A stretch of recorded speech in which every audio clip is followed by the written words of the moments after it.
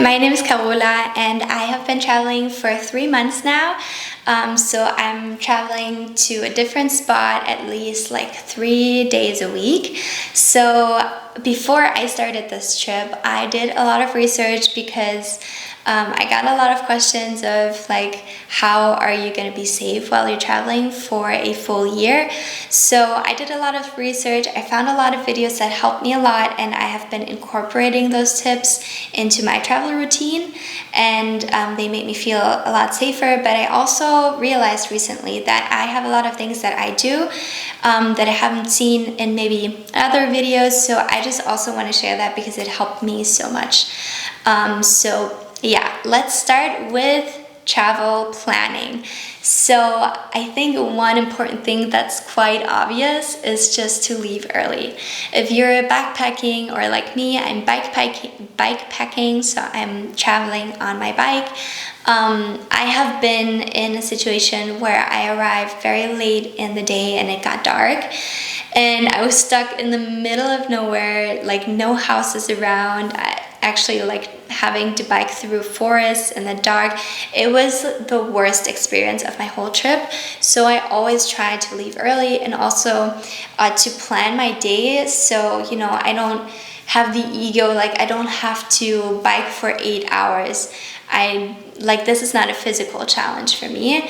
I like to have some buffer in my time, so I know that I will arrive when it's still light out, and that makes me feel a lot safer.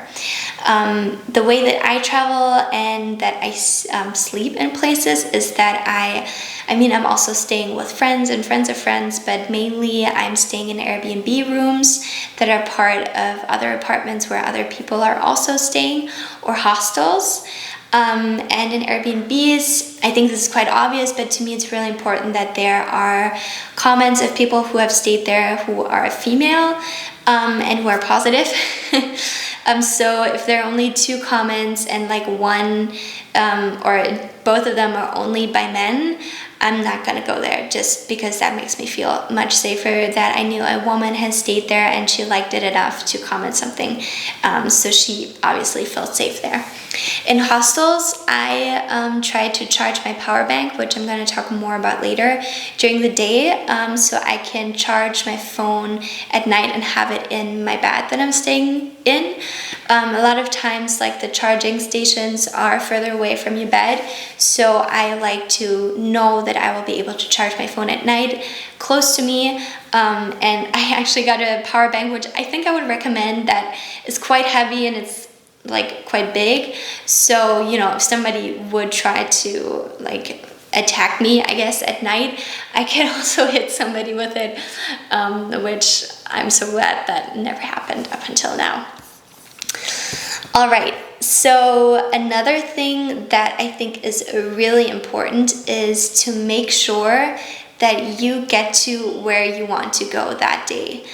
It's quite basic, but I think this is actually the most important thing that makes me feel safe, and it feels like this is like very, very important. If you get stuck somewhere and you don't know where you're gonna sleep, like it's getting dark, your phone died, you have no other way of getting there, and like finding your way, I think that's probably worst case scenario, especially as a female solo traveler.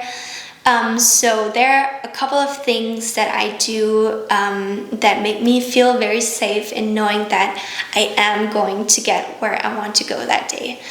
So I have a rule of double reassurance of all those things. So I'm going to explain them to you. So normally I navigate with my phone with Google Maps. So I have a power bank, which I've talked about before, and I'm always charging while I'm biking. And I don't know if you're hiking and you have a backpack or however way you're traveling, I would highly recommend getting a really good power bank. Like, don't save on your power bank, get one that hopefully has enough capacity that it will last for like at least 2 days, so in case you forget to charge it at night, it will also help you the next day. So I'm always charging my phone with my power bank. And to make sure that my power bank is safe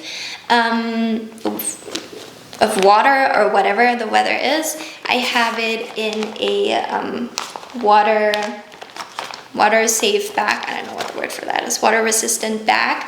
And in that bag, I have a cable that can connect the thing to my phone, and also a charger for USB.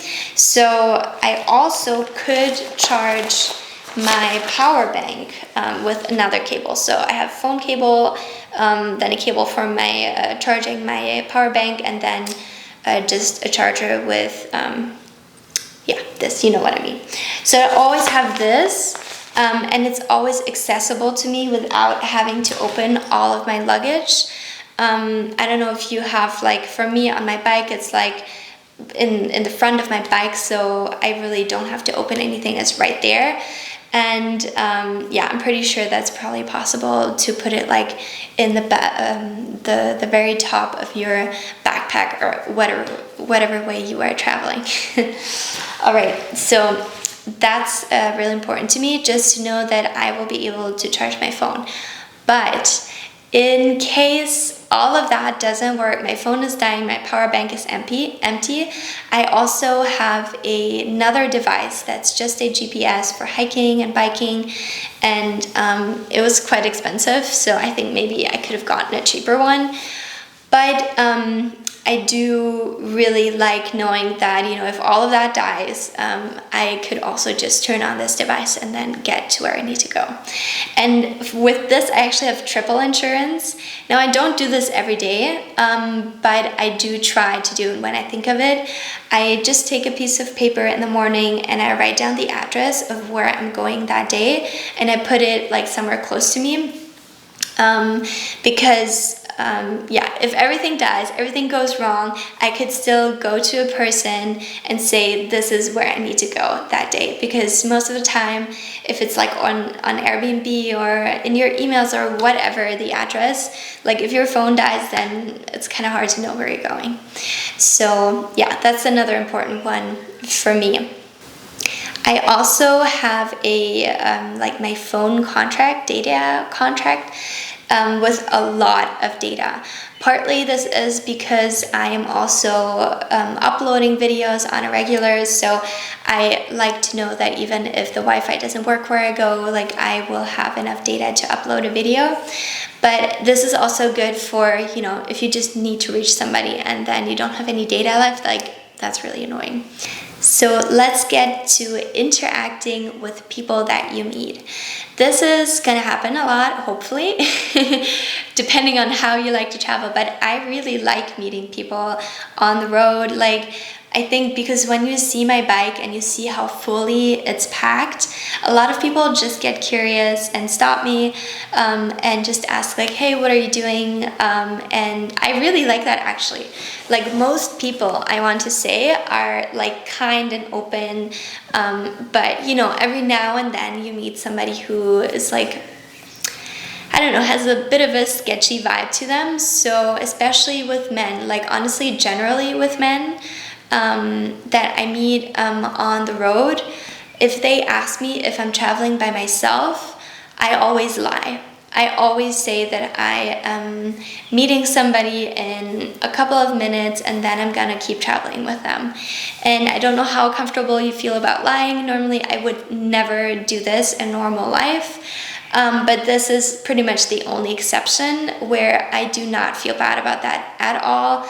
I don't want this person to know that I'm in a very vulnerable position of being by myself. So, you know, I want them to think that if they were to follow me, they would have to handle another person that I am meeting shortly. And then generally, I think this is something that women struggle with. I have gotten very confident with just saying no. It's really nice when people ask me if I like want to go out for lunch or dinner, if I'm in a hostel or wherever. But if I feel weird about somebody, I feel very confident just now. I have been struggling with that in the beginning, but just saying like, oh, thank you for asking, but I want to be alone tonight, or whatever. You don't really owe anybody an explanation, but that's something I try to be very conscious about, like really not just being polite, but saying no when I don't feel like it. And then obviously, like, there are always like creepy people who will ask you like, can you give me a hug? And that's like a very obvious hard pass for me. Okay, let's get to the most scary part. So this is how I am trying to be prepared for dangerous situations. So there are two parts to this. So one could be just getting hurt, like nobody else's fault. I'm biking, I'm falling down, maybe you're hiking or whatever. You just get hurt. And for me, I find this device so helpful, and I have not been paid to say this. I would normally not just give brands like a free shout out, but this one, like, I really want to recommend because it makes me feel so much safer. So this is the InReach Mini 2. It looks like this. It's like smaller than my hand. It doesn't weigh a lot. And what this does is it has this button on the side, and if you press it, you don't need cell reception. This is kind of like a satellite phone, I think. It just calls like the emergency number of the place that you're in. And you can also, it's important, you have to get a subscription. You don't just have to buy this, you also have to get a subscription to use it. But you can, put all your emergency contacts in there. So this makes me feel really safe that, no matter where I am, if I get hurt, I can call 911 or whatever the number is in that place that I'm in. So the other situation would be that somebody is trying to harm me. So it's a person that's trying to harm me.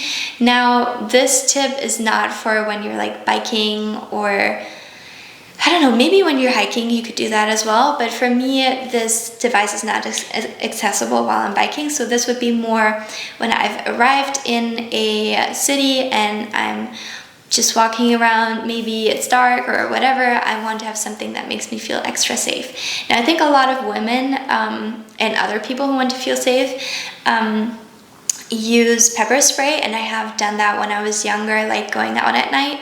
But the thing with that is that like the law, it's like kind of a gray area, at least in Germany where I'm from. And I'm pretty sure it's probably similar in other EU countries that I'm traveling to. It can be seen as a weapon if somebody wants to sue you.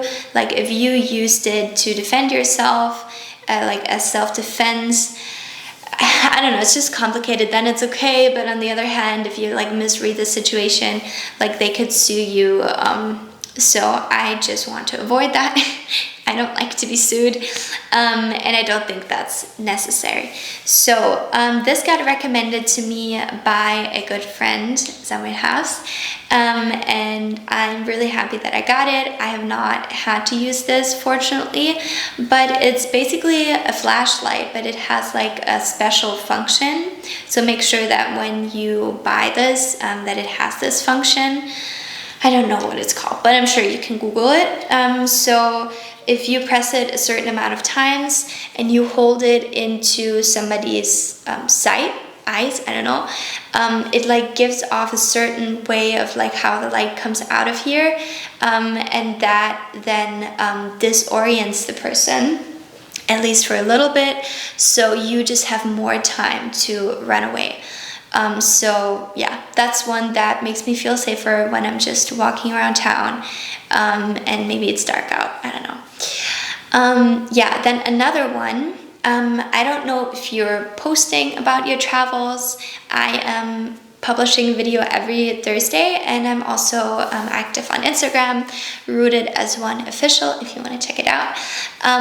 But what I have kind of given myself the rule that I don't publish while I'm still at the place that I'm posting about. Now, this is one tip that I've gotten from other videos before I started traveling, and it kind of makes it hard for me to publish stories on a regular basis, but I think it is a pretty good tip to, you know, not just give the internet your location and where you're at, especially if it's obvious that you're a solo female traveler, that you're traveling by yourself.